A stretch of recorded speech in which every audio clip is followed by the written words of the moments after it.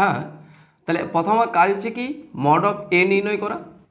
তাহলে mod of এ সমান কত পাবো 3 স্কোয়ার প্লাস 4 স্কোয়ার সমান হচ্ছে 5। একই রকমভাবে কস আলফা মানে এক্স অক্ষের সাথে উৎপন্ন কোণটা যেটা কস আলফা সমান হচ্ছে কত, হ্যাঁ 3 বাই মড অফ এ মানে 5 হয়েছে। তাহলে আলফা সমান হচ্ছে কস ইনভার্স আলফা সমান কস ইনভার্স 3/5 হয়ে গেছে।